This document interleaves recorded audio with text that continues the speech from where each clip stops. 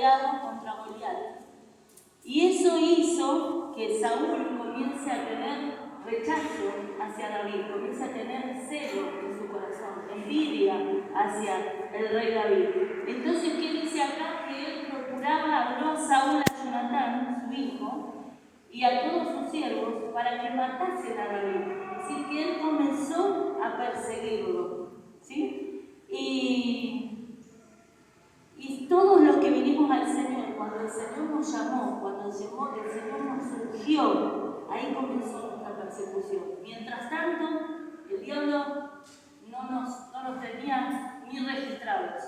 Pero cuando el Señor nos llamó y nos escogió, el diablo comenzó a perseguirnos. Y eso es lo que pasó con David. El enemigo comenzó a perseguirlo, ¿sí? Y entonces David le dice: escóndete, ocúltate en un lugar oculto, escóndete. ¿Y cuántas veces nosotros, en vez de escondernos, peleamos? Porque David ya había matado leones, osos, había matado al filisteo, es decir, que sabía de peleas y siempre había salido victorioso. Pero el Señor en esta ocasión le dice: escóndete, no le dice pelea. Entonces hay batallas que nosotros no tenemos que pelear, que tenemos que dejar que Dios pelee por nosotros. Y esta es una de las peleas, es decir, el rechazo, la persecución, todo lo que venía contra él no tenía que pelear, él se tenía que esconder. Ahora, la clave está en dónde él se escondió. Miren, vamos a seguir leyendo y después igual voy a leer 2 Corintios 4:7. Creo que muchos lo conocemos, pero después lo voy a leer y lo vamos a compartir. Dice: y yo saldré, el versículo 3 estoy leyendo, y estaré junto a mi padre en el campo, donde estés, le dice Jonatán, ¿no?, a David, y hablaré de ti a mi padre, y te haré saber lo que haya. Y Jonatán habló bien a David, a Saúl su padre, y le dijo: no peque el rey contra su siervo David, porque ninguna cosa ha cometido contra ti, y porque tus obras han sido muy buenas para contigo. No sé por qué me saco los anteojos y no veo, y después leo sin los anteojos. Pues él tomó su vida en su mano, le dice, y mató al filisteo, y Jehová dio gran salvación a todo Israel. Tú lo viste y te alegraste. ¿Por qué pues pecarás contra la sangre inocente matando a David sin causa? ¿Cuántas veces se nos levantan contra nosotros y nosotros decimos: ¿qué hicimos para merecer esto? Porque David no había hecho nada, todo lo contrario, había derrotado a Goliat y había hecho que el pueblo de Israel tuviera victoria. Sin embargo, Saúl ya se había ensañado de él. Y miren, y algo que escuchábamos hoy y que también me llamó mucho la atención, y sé que es verdad, cuando Saúl ungió a David, lo ungió y puso aceite sobre su cabeza. Y saben que el aceite corría y iba a sus orejas, ¿no? ¿Para qué? Para que las moscas no entraran. ¿Y qué son las moscas? El odio, el celo, el resentimiento, ¿sí? La murmuración, todo lo que no es de Dios. Entonces, ahí vemos cómo Samuel ya se estaba apartando de la presencia del Señor, porque todo eso comenzó a reinar en su vida y en su corazón. Entonces comenzó a maquinar y a decir cómo iba a matar a David. ¿Por qué? Porque él siempre había querido caer bien ante la gente, ante el pueblo. Quería caer bien de gracia al pueblo, pero no a Dios. El corazón de David no era igual. Dice que el corazón de David era como el de Dios. ¿Cuántas veces nosotros queremos caerle bien a la gente y no caerle bien a Dios? Miren, es más importante ser reconocido en el cielo que en la tierra. Y Job era reconocido en el cielo. ¿Por qué? Porque dice la palabra que se presentaron los ángeles y entre los ángeles se presentó el enemigo. Y el enemigo le dijo, y Dios le dijo: ¿no has considerado a mi siervo Job? Es decir, que Job era reconocido en el cielo. ¿Por qué? Por su actitud. Porque era un hombre justo, porque era íntegro ante las cosas del Señor. Entonces Dios le dice: ¿no has considerado a mi siervo Job? Entonces es más importante para nosotros ser reconocido por el cielo que por los hombres, ser temido por el enemigo, que cuando nosotros entremos a un lugar diga: uy, aquel le pertenece a Cristo. Porque cuando Cristo entraba, ¿qué pasaba? Dice que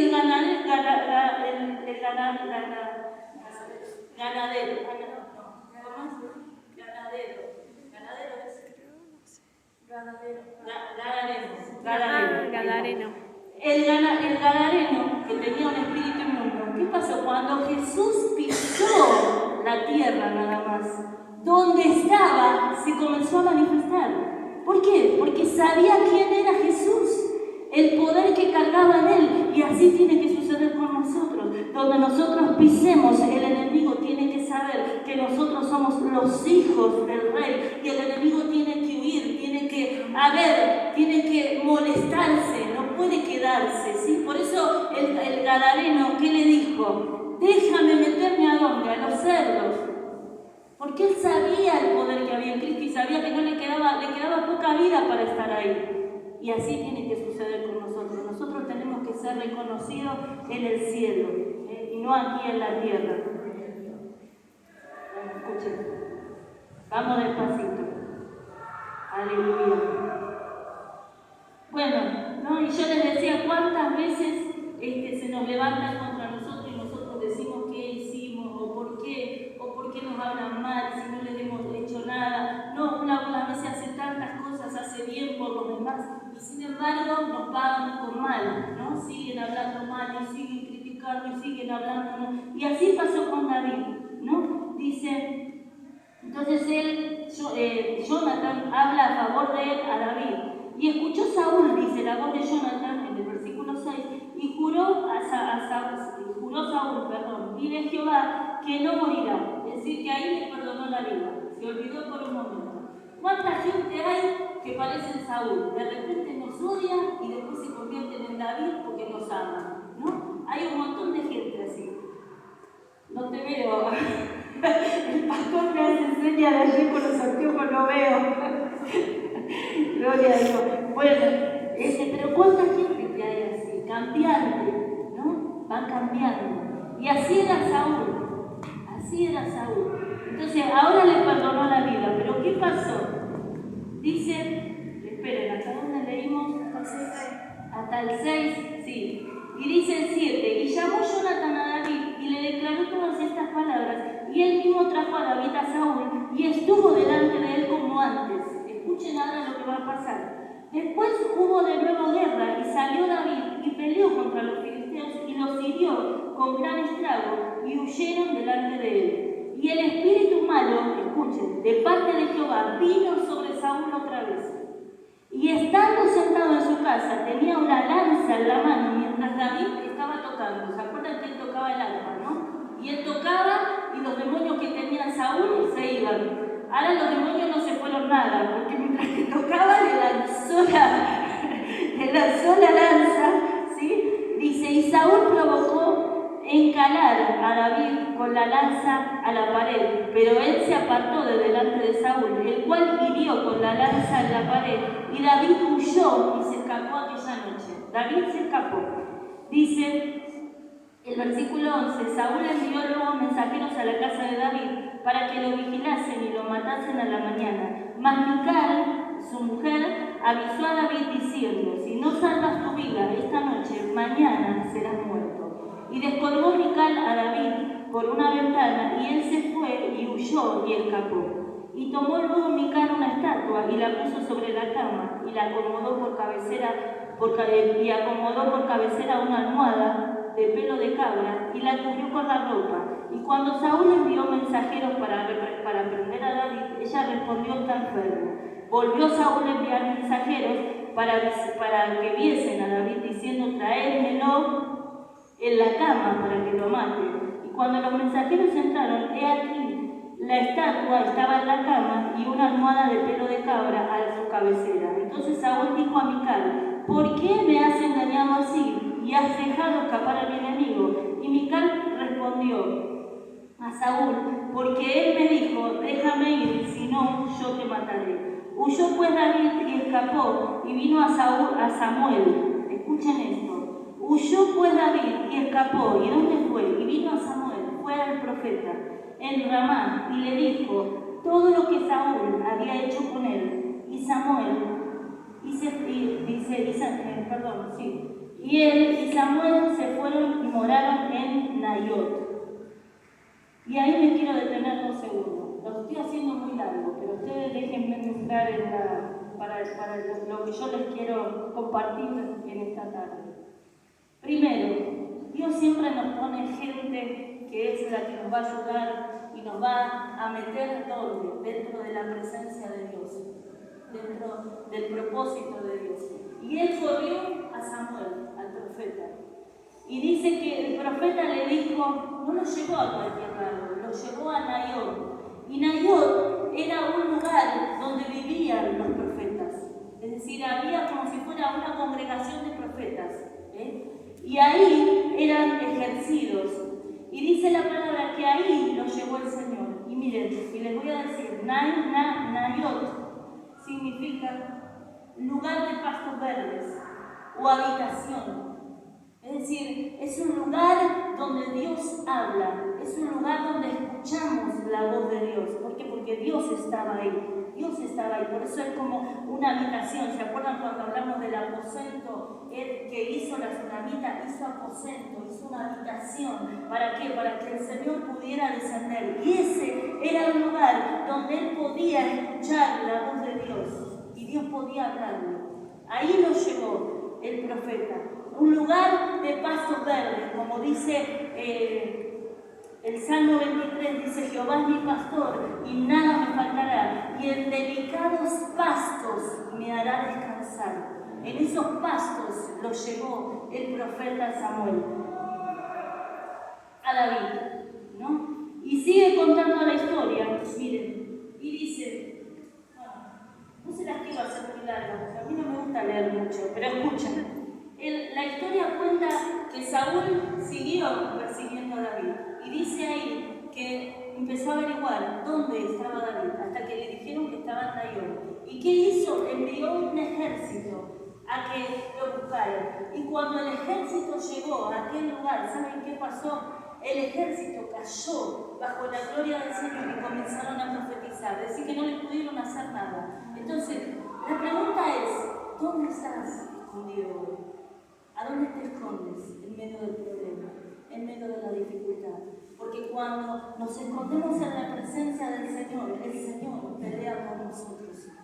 Él pelea por nosotros. Entonces dice la palabra: aunque un ejército acampe contra mí, no temerá mi corazón. Aunque contra mí se levante en guerra, yo estaré confiado. ¿Estás confiado? ¿Estás confiado en el Señor? Porque Él dice va a levantar guerra. Y eso es lo que pasó con David. Cuando David se escondió en la presencia del Señor y hizo habitación en la presencia de Él, el Señor comenzó a pelear la batalla por él. Y cuando Saúl lo fue a buscar con ese ejército que venían armados con armas de fuego, sin embargo, cuando llegaron, la gloria de Dios los cubrió y comenzaron a profetizar. Así va a pasar contigo si tú te metes ahí en lo escondido, si tú te metes en los pastos verdes, si tú te metes ahí en la habitación. Dios va a pelear por ti. Cuando vengan contra ti, el Señor los va a confundir. El Señor va a comenzar a hacer que ellos profeticen y profeticen a favor tuyo, a favor de tu casa. Todos aquellos que han estado hablando mal de ti van a comenzar a hablar a favor de ti, porque eso es lo que hace el Señor.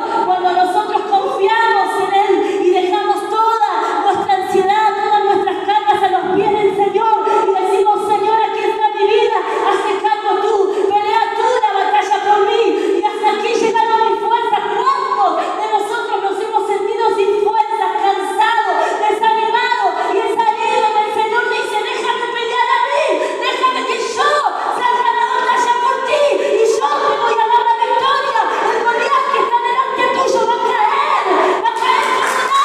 ¿Por qué? Porque David dice que con una piedra y una hoja lo derribó. ¡Aleluya!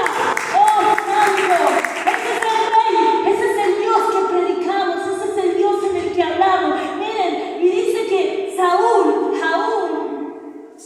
sin quedarse conforme, volvió a mandar otro ejército, y ese ejército volvió a caer bajo la gloria del Señor y comenzaron a profetizar otra vez. 3 veces mandó el ejército y 3 veces cayeron bajo la gloria del Señor.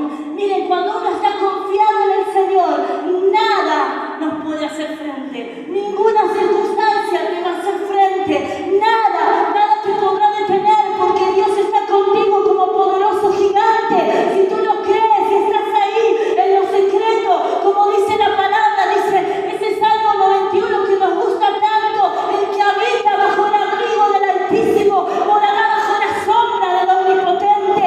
Si habitamos bajo la sombra del Omnipotente, nada nos va a tocar, ninguna pestilencia, ningún mal, nada podrá hacernos frente, dice, todos los días de tu vida. ¿Por qué? Porque Él está con nosotros como poderoso gigante. Dice, yo estoy contigo todos los días hasta el fin del mundo.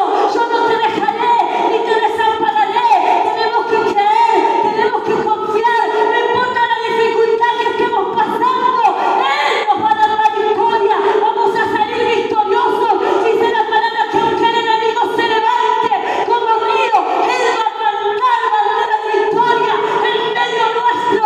Vamos, ¿cuántos lo creen hoy? Yo quiero que usted se vaya en esta tarde lleno de fe, creyéndole al Señor que Él está con usted como poderoso gigante. ¡Aleluya! Miren, y Saúl aún así dijo, miren como algunas veces dice uno, estos no sirven para nada, no saben hacer nada, lo voy a tener que hacer yo. ¿Cuántas veces uno dice así? Entonces, ¿qué hace? Va y hace él, se va él, y dice, ahora voy a ir yo, lo voy a encontrar y lo voy a matar. Y cuando llega, ¿ustedes qué piensan que pasó? ¿Qué pasó? Dice, miren, vamos a leerlo para que ustedes lo vean. Cómo Dios es tan fiel a su palabra. Dice, y él también se despojó de sus vestidos. Escuchen, primero se despojó de sus vestidos, el versículo 24. Dice, y profetizó igualmente delante de Samuel, y estuvo desnudo todo aquel día y toda aquella noche. De aquí se dijo también Saúl entre los profetas. Aleluya. Es decir, que hasta él no pudo resistirse ante la presencia del Señor, ante la gloria de Dios. Se tuvo que despojar, despojó sus vestidos y dice que se desnudó. ¿Y saben qué quiere decir eso? Que dejó sus armas, dejó su arco, dejó su flecha, dejó todo y comenzó a profetizar. Y así Dios va a hacer contigo, con tus enemigos. Por eso dice la palabra, dice por ahí que ningún arma forjada contra nosotros prosperará, y Él va a maldecir toda lengua que se levante en contra nuestro. Todos aquellos que se levantan en contra de ti, Dios los va a hacer enmudecer, los va a hacer callar, va a hacer que profeticen y profeticen a favor tuyo, tu bendición, tu victoria. ¡Oh, Santo Rey! Miren, aleluya. Miren, Primera de Corintios 4:7. Creo que muchos de nosotros lo conocemos, pero quiero terminar esta prédica con esto. Quiero cerrar con esto. Aleluya. Quiero que usted en esta tarde se vaya confiado, sabiendo que Dios está ahí con usted y que Dios le va a dar la victoria, sea cual fuere su problema. Dios le va a dar la victoria. Si usted se mete en intimidad con Él y está ahí en lo secreto, en los pastos verdes y hace habitación, Dios está ahí como poderoso gigante y Él pelea la batalla por usted. Deje de pelear, deje de hacerlo con sus fuerzas, deje que Dios sobre, porque muchas veces hacemos cosas pero con nuestras fuerzas queremos, parece, ayudar a Dios y Dios no necesita ayuda. Así pasó ¿se acuerdan con Abraham y Sara? Cuando el Señor le dio la promesa a Abraham de que iba a tener un hijo. ¿Qué le dijo Sara? Y acá tienes a mi sierva Agar. Algunas veces queremos ayudar a Dios y Dios no necesita ayuda, porque encima metemos la pata y hacemos macana. ¿Por qué? Porque eso hizo que después saliera una generación que no fue de Dios, porque no era de Dios, la bendición no era para él, la bendición era para Isaac. Entonces por eso cuando Jesús le dice a Abraham, tu hijo, tu único hijo, ¿quién era? Isaac, no era Ismael, porque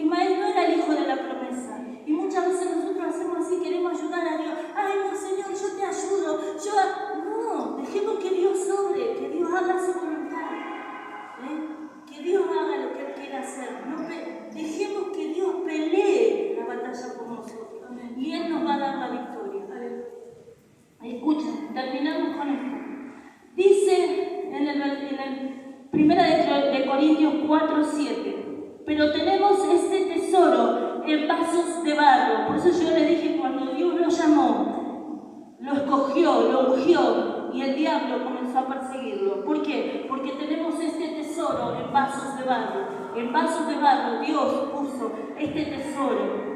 ¿Para qué? Para que la excelencia sea... Ay, no veo. Segunda Corintios. Sí, perdón, dije primera, ¿no? Segunda de Corintios 4:7. Pero tenemos este tesoro en vasos de barro para que la excelencia del poder de Dios, sea de Dios y no de nosotros. Para que la gloria sea para Él. Siempre la gloria va a ser para Él. Siempre, no para nosotros. La gloria es para Él. Y Él no comparte la gloria con nadie. Con nadie. Por eso todos aquellos que se suben al caballo, chau, Dios los baja de un soplazo. ¿Por qué? Porque Dios no comparte la gloria con nadie. La gloria es de Él. El que hace los milagros es Él. El que trabaja, el que transforma, el que cambia, es Él. No somos nosotros. Nosotros somos simplemente instrumentos, barcos que Dios deposita su gloria para mostrarla a este mundo, para llevar el Evangelio, para predicar las buenas nuevas, para sanar a los enfermos, para libertar a los cautivos. Pero no somos nosotros, es Él. La gloria es para Él. Dice que estamos atribulados en todos. ¿Cuántos no estuvimos atribulados en todos? Mas no angustiados, dice. ¿Por qué no estamos angustiados? Porque nuestra confianza está en Él. Porque sabemos que Él es nuestra ayuda, Él es nuestra fortaleza, Él es nuestro pastor, Él es todo, Él es el que nos saca adelante, Él es nuestro refugio, nuestra torre fuerte en medio de la dificultad. Él está ahí, Él te levanta, Él te recoge, Él te hace andar sobre las aguas, Él te da visión para que puedas conquistar. En Él hay victoria. Dice, en apuros, mas no desamparados. No desesperados, perdón.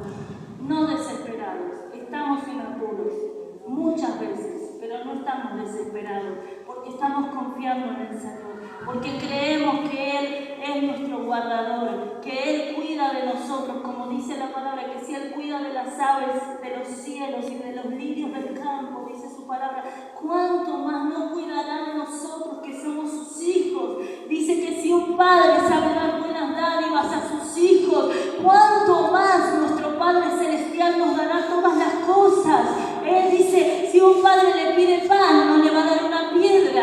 Entonces, ¿cuánto más nuestro Padre Celestial?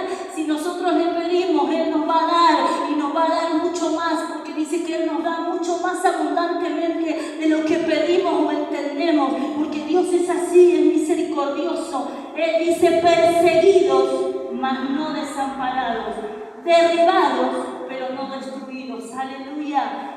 Estamos perseguidos, mas no desamparados. Así estaba David, perseguido, pero no estaba desamparado, porque él sabía que si se metía en el lugar secreto, Dios iba a pelear por él. Él estaba perseguido, pero él sabía que Dios le iba a dar la victoria. Y nosotros tenemos que tener esa seguridad, que aunque somos perseguidos, no estamos desesperados. Aunque estamos derribados, no quiere decir que Dios, que ya se olvidó de nosotros, que ya hemos caído y ya estamos derrotados. No, mentira, todavía hay esperanza.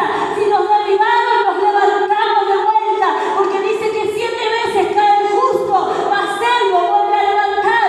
Él te levanta, Él te levanta, Él te da fuerza. Así que si en esta tarde has caído, levántate, porque como le dijo Elisa a Eliseo, largo camino te resta, largo camino te resta. Así que vamos a levantarnos en esta tarde, vamos a confiar en el Señor, vamos a declarar esta palabra, vamos a declararla con todo nuestro corazón, que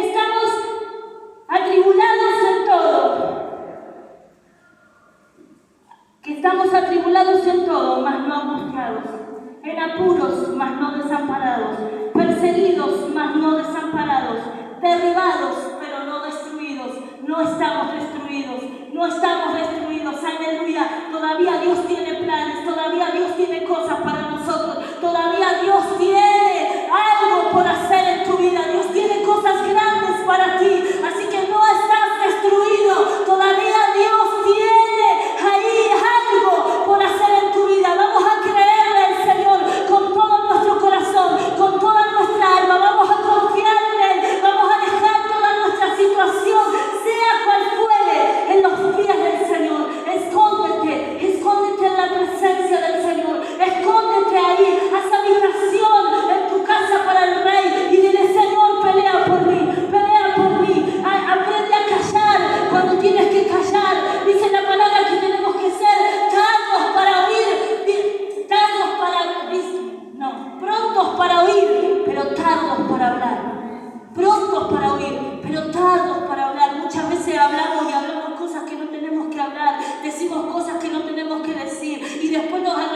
dijimos, aprendamos, seamos sabios, busquemos ahí el lugar secreto. Si nos pelean, busquemos el lugar secreto. Señor, no permitas que nadie no diga nada que sea contrario a lo que tú quieres que yo diga. Que aprendamos a hablar en el tiempo y en el momento justo y dar la palabra justa, esa palabra que suaviza, esa palabra con amor, no con altivez, porque dice que eso enciende el fuego, enciende el furor. ¿Cuántas veces contestamos mal y hacemos que la llama arde? Y ahí comienza la discusión, cuando podíamos haber dado una palabra de suavidad, de amor y haber calmado la situación. Aprendamos a ser sabios, aprendamos a hablar, aprendamos, dejemos que Dios pelee la batalla por nosotros, no nosotros.